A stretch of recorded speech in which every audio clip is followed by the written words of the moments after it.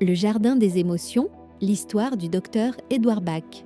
Il existe, quelque part entre les collines vertes d'Angleterre et les sentiers bordés de bruyères, un jardin que peu de gens connaissent. Un jardin où chaque fleur murmure un message, où chaque pétale porte une émotion et où la nature semble parler directement au cœur humain. C'est l'histoire de ce jardin et de l'homme qui a su l'entendre, le docteur Edward Bach. Le jeune médecin qui écoutait le silence. Edward Bach n'était pas un médecin comme les autres. Né en 1886 en Angleterre, il avait un talent rare. Malgré son esprit scientifique brillant, il comprenait que l'être humain n'était pas qu'un corps, mais une âme, un cœur, des émotions. Dans les hôpitaux où il travaillait, il remarqua quelque chose d'étrange. 2 patients atteints de la même maladie ne guérissaient jamais de la même façon. Certains retrouvaient rapidement la santé, d'autres, malgré les traitements, restaient fragiles, tristes ou découragés. Un soir, en regardant par la fenêtre de son cabinet, il murmura « Et si les émotions étaient la véritable clé de la guérison ?» L'appel des fleurs.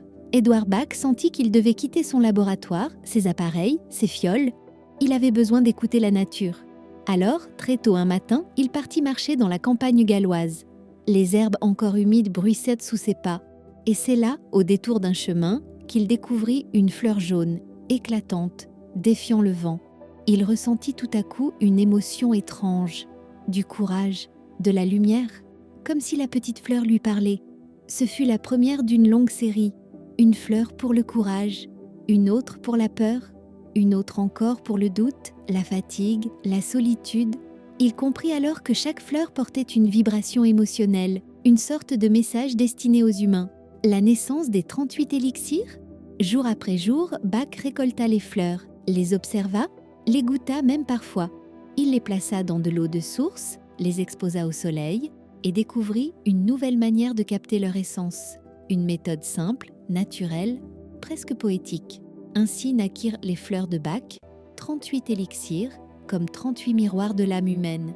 Pour les peurs, Mimulus, roc-rose, aspen.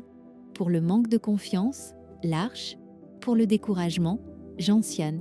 Pour le chagrin, Star of Bethlehem.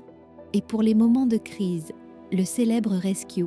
Chaque fleur devint une petite lumière sur le chemin de la paix intérieure. Le message du docteur Bach? Edward Bach disait souvent « Traitez la personne, non la maladie ». Pour lui, nous guérissons lorsque nos émotions se rééquilibrent, lorsque notre esprit cesse de lutter contre lui-même. Les fleurs n'étaient pas des remèdes magiques, mais des guides, des alliés pour retrouver notre harmonie intérieure.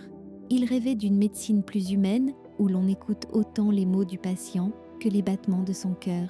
Le jardin existe encore, en chacun de nous. Aujourd'hui encore, le jardin du docteur Bach continue de fleurir, non pas seulement dans les champs anglais, mais dans chaque personne qui apprend à écouter ses émotions. Les fleurs nous rappellent une chose simple, la nature sait parler à notre âme.